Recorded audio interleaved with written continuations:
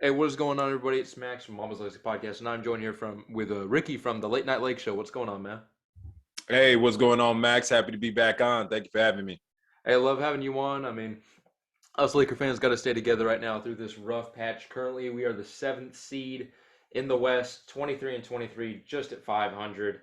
And I mean, most of our wins have come from teams that we should win. So, I mean, I'm concerned we're not beating too many good playoff teams. But I mean, what are your thoughts, real quick, before we jump into some of the topics of our season so far? Yeah, I mean, the Lakers have been a a very frustrating slash depressing team to watch this season. I think that Utah win was supposed to be the real springboard, right? The first signature win really of the season. And then, you follow it up with that type of performance against the Pacers. And, but luckily we started the Grammy road trip with the win against the Magic. But I think a lot of Lakers fans are kind of just really numb right now until some changes happen or we see the team put together some competent wins back to back. Yeah, we definitely need to get some wins going. I mean, we beat the Magic last night, but if we lost the Magic, I don't know what I would have done. But so the Lakers with the building, we've gone after superstars, big name players. That's kind of been our thing this entire offseason. Players that everybody knows. We haven't, in my opinion, gone too much around the team building around LeBron. I feel like it's big names. Are you concerned with the fact that we're not building the greatest team around LeBron, or do you think maybe we are? I, I think when you look back at the history of the Lakers, it has always been an organization that caters to their superstars and kind of lets their role players fall by the wayside. The Lakers have always been confident that they can bring in role players to play for the Lakers probably cheaper than they should be. Former superstars that are trying to get their first NBA championship, right? Gary Payton, Karl Malone, now Russell Westbrook. But at the end of the day, I think the Lakers are focused on doing what makes their best players happy. And it sounded like LeBron James was a big factor in Russell Westbrook being on the Los Angeles Lakers this season. We all know about the Buddy Hield, the Sacramento trade that came out to be that, they were pretty deep in talks before this pivot, really a strong pivot happened in a short amount of time with Russ deciding he wanted to go home. So at the end of the day, the organization that we cheer for, this is how they kind of conduct business. And Jeannie Buss and, really the Buss family over these decades of them running the franchises and winning championships in every decade. So, it's kind of par for the course right now. I wish I could say that this is surprising, but hey, LeBron wanted Russ here, so Russ is here, and this is kind of what we're dealing with. It just goes to also show you that maybe players aren't the best GMs, and playing with your friends aren't always the best ideas. Well, yeah, I mean, I agree with that. I don't think playing with your friends is a recipe for success. I mean, Russ already tried this with Harden once. That didn't work because they ran into us when we won our championship. But the thing is, Westbrook, like you mentioned, we got those players to come in, get those rings on the last legs of their career. Russell Westbrook's getting paid like he's in his prime, which is the problem here. He's on a pretty much unmovable contract. I believe the only team that said they will take Westbrook is the Houston Rockets, and we had to take John Wall, who's basically on the exact same contract. I mean, John Wall, I think, has a bit higher IQ, but his knees give out on him tons more than Russ does. But with the Lakers, I think we've kind of messed it up here going after Russ. I know that we were deep in talks with Buddy Hield. LeBron propelled them towards the Russell Westbrook trade. But I've also seen conflicting reports that we had a deal basically ready to get done with DeMar DeRozan, and he wanted to come play for us. I mean, would you prefer maybe seeing DeMar DeRozan come play for us, or are you still happy with Russell Westbrook? I mean, still happy with Russell Westbrook. I think that ship has sailed and also crashed into the ocean and is now on its way to joining the Titanic at the bottom of the sea. But I think the DeMar DeRozan point, there was a lot of contingencies around it. And I think when we watch DeMar ball out for the Chicago Bulls right now, a lot of Lakers fans are getting that FOMO, right? There was a bunch of conversations over the summer, a lot of wine being poured, fish glasses of wine between DeMar and LeBron at his crib. And, we all know the Lakers would have been hard capped if they would have did a sign and trade for DeMar DeRozan.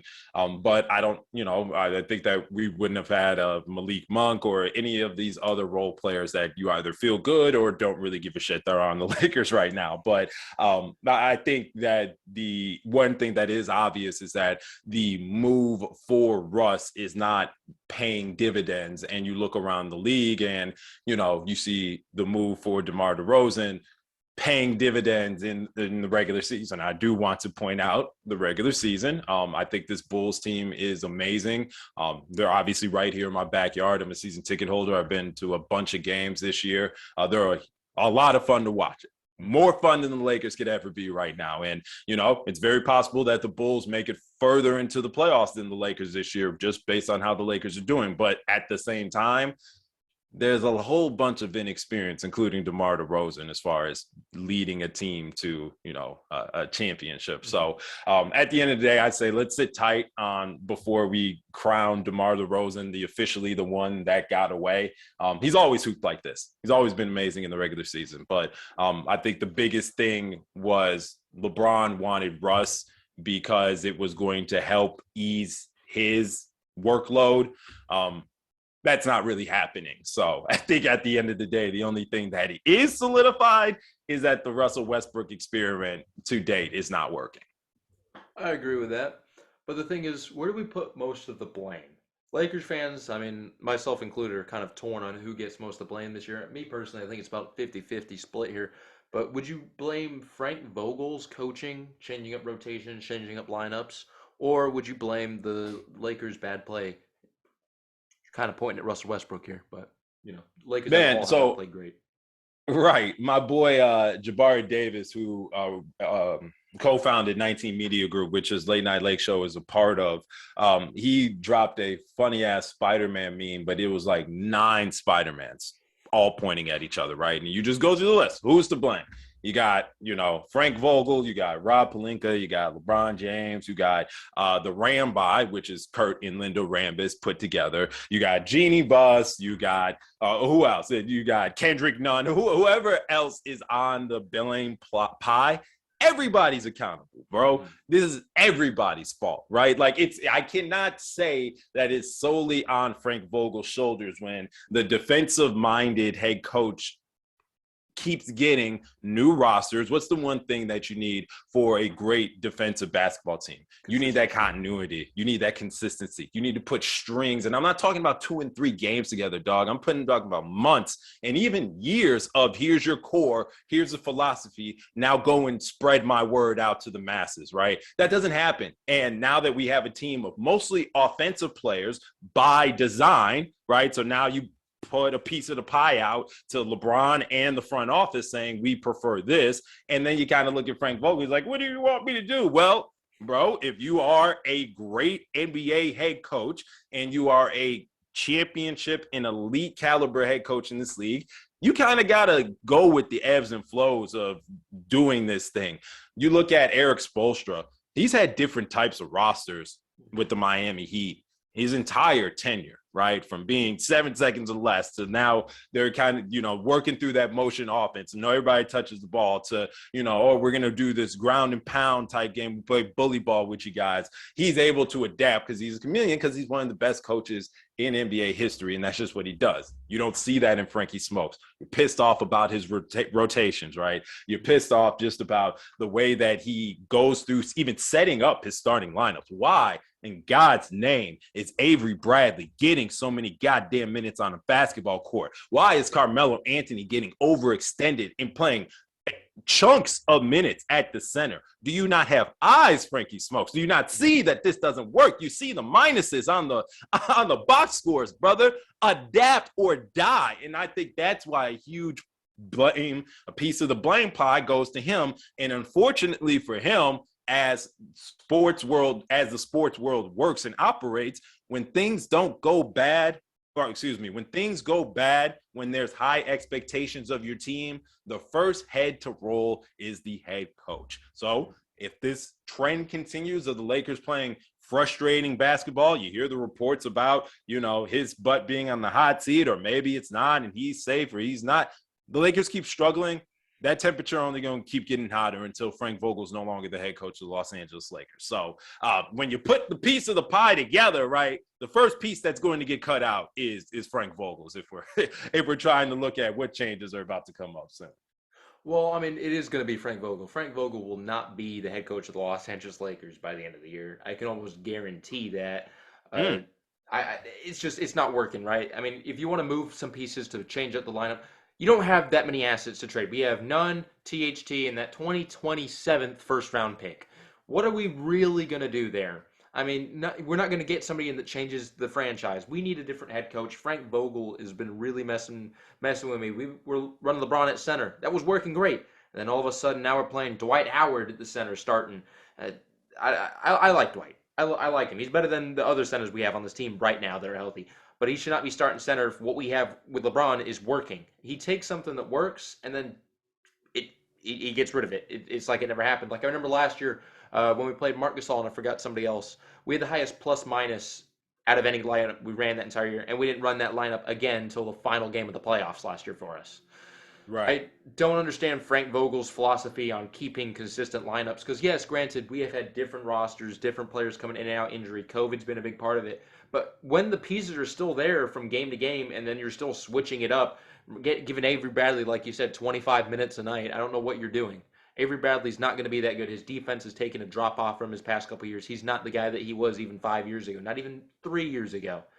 And yet he'll keep Avery Bradley in consistently, but then he'll take everybody else that can impact the game and move them around. I don't understand that with Frank Vogel. He is a man that is very secretive, right? Frank is the guy that won't reveal his lineups until it is mandatory for him to let it go.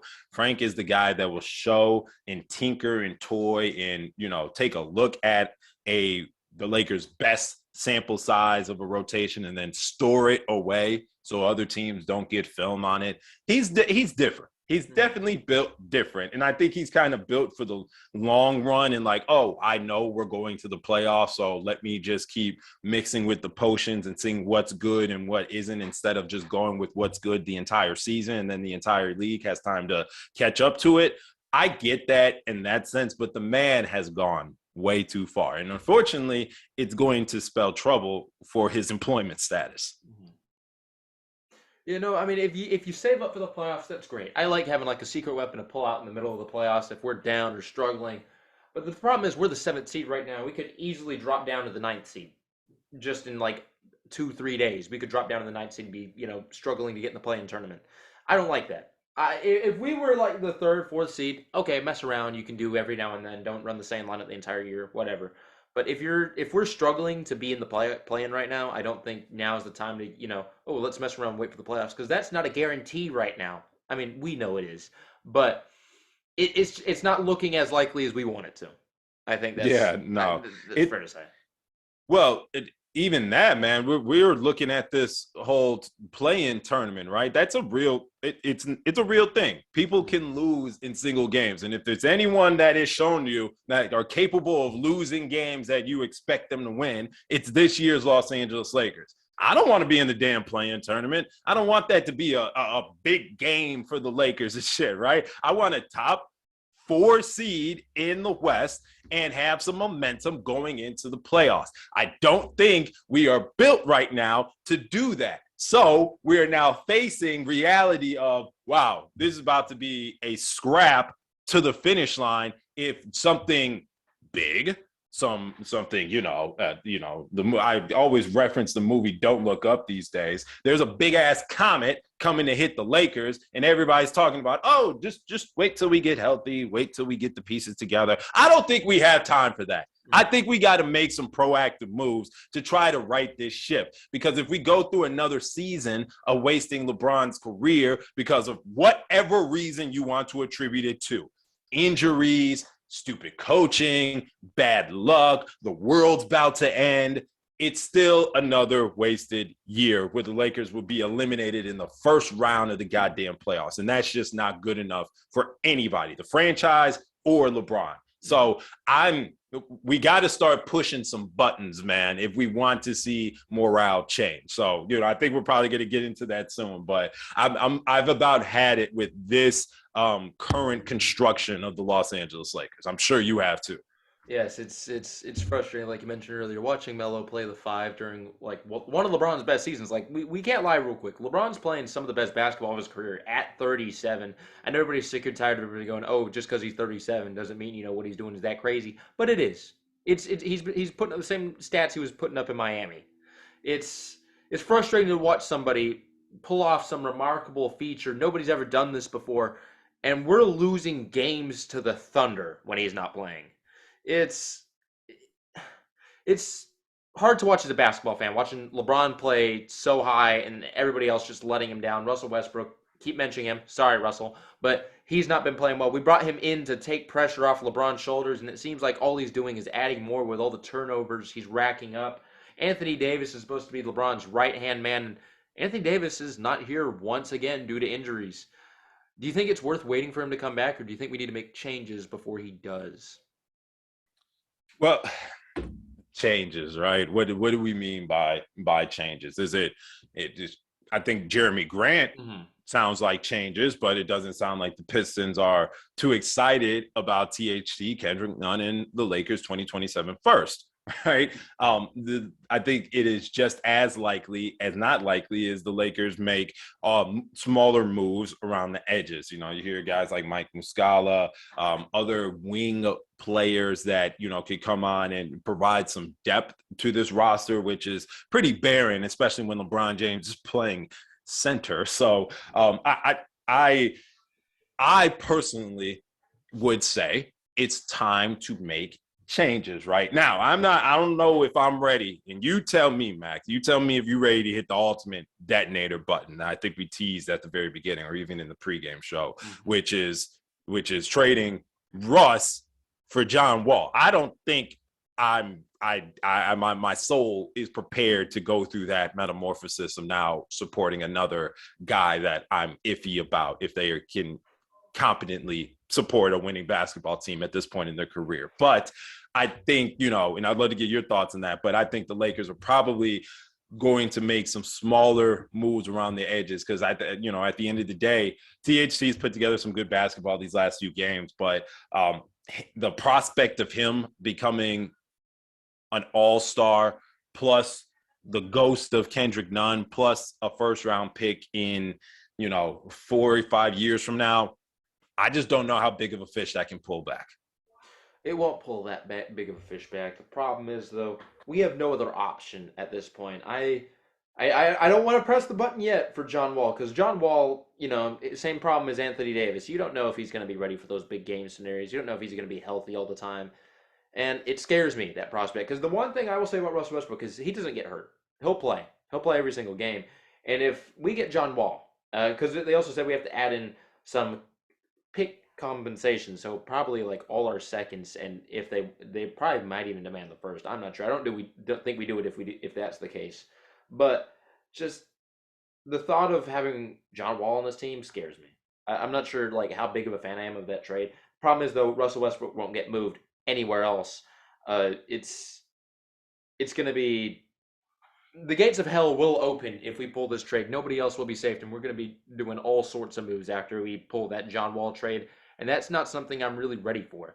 I'm ready to move THC the first, and none. I'm ready to do that. That'll be fine. We're not going to pull that big of a fish back, but I think we need some players that can come in and give us some solid minutes. I think we need another solid point guard backup. Just I don't know why we got rid of Rondo. Rondo's so key to have, nice to have during playoff time, especially when I thought that we were going to get rid of him to sign Stanley Johnson, and we haven't done that yet. We just keep giving him 10-day contracts.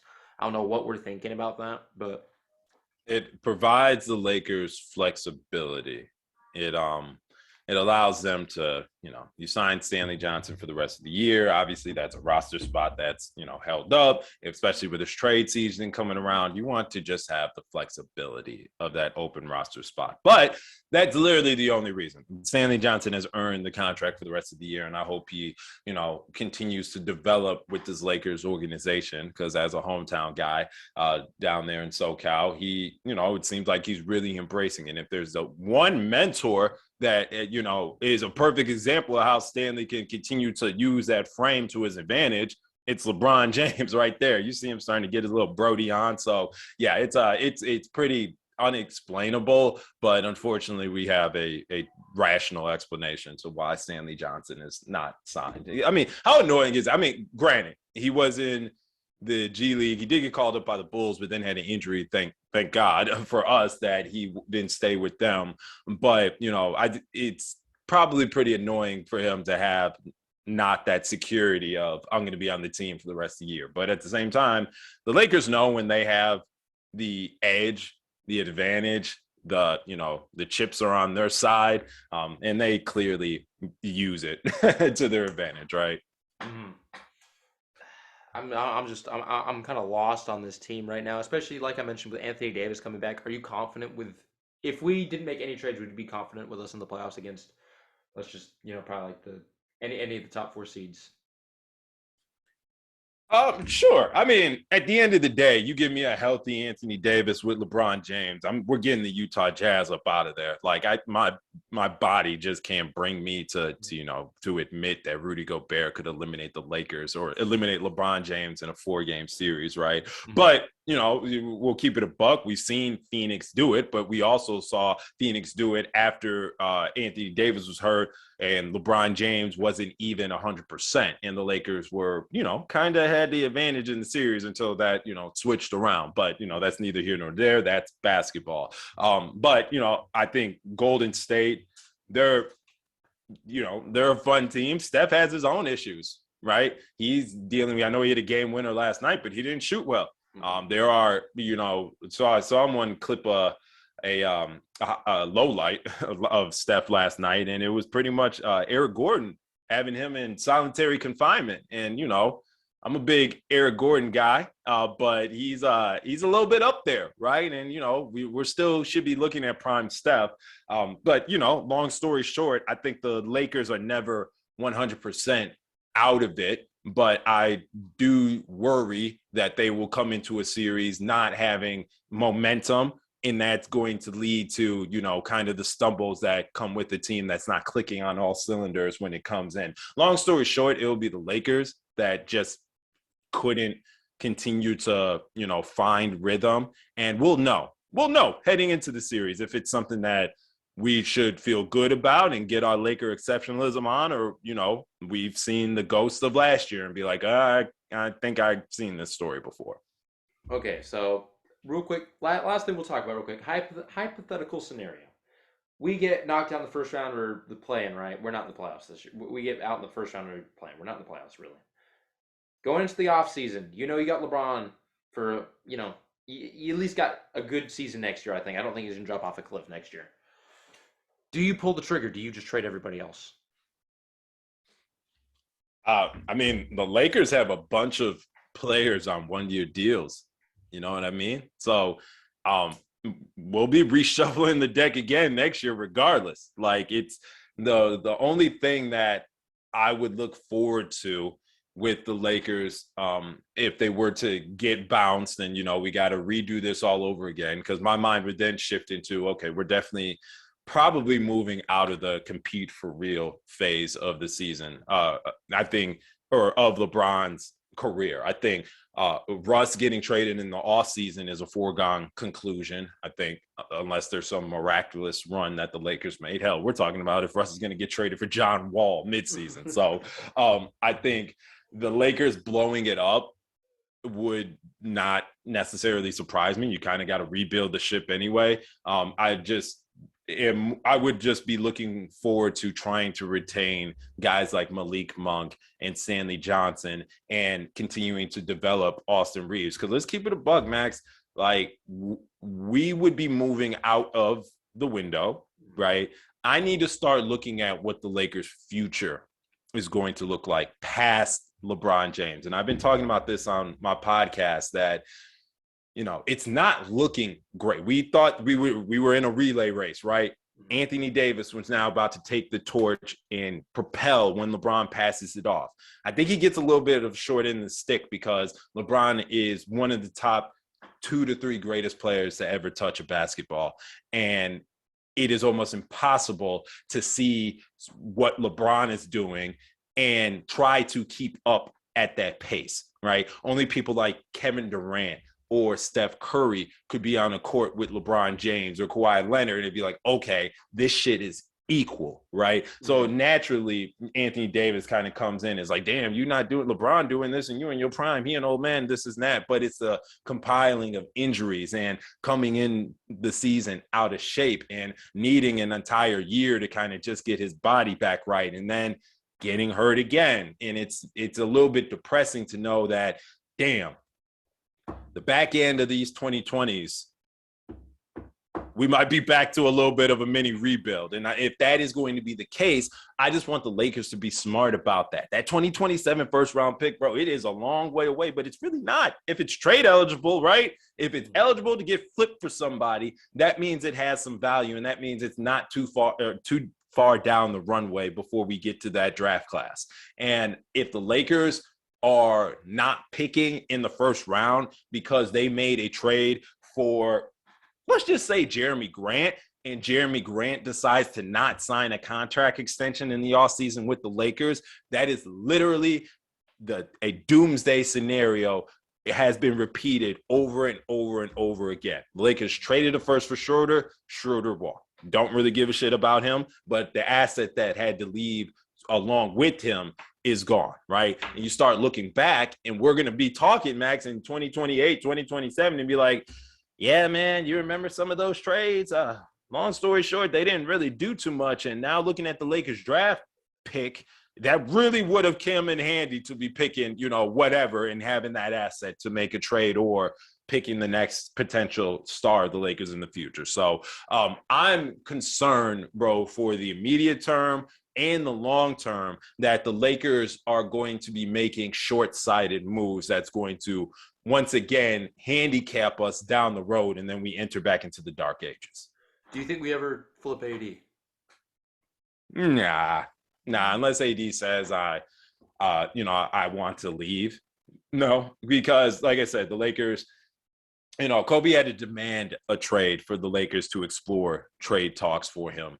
And, even if everything else was burning around the Lakers organization as far as the roster and they weren't competing too well, if Anthony Davis says, I want to stay on the team, and this is post LeBron, you keep him. You keep signing him as long as he's being productive and he's not broken down. So I don't see that happening. I know folks are talking about, trade AD, trade AD. It's like, bro, you're in the business of catering to your superstars and the superstars of the future. And if they see that, when shit hits the fan now with the Lakers, they stop paying folks, they stop, they start flipping them. It's gonna kind of rub off some of that glitter that's on the organization, right? Yeah, you don't want to start looking like Boston now. You know what I'm saying, right? Like, don't be the historical franchise that you are just part of the machine once you get in.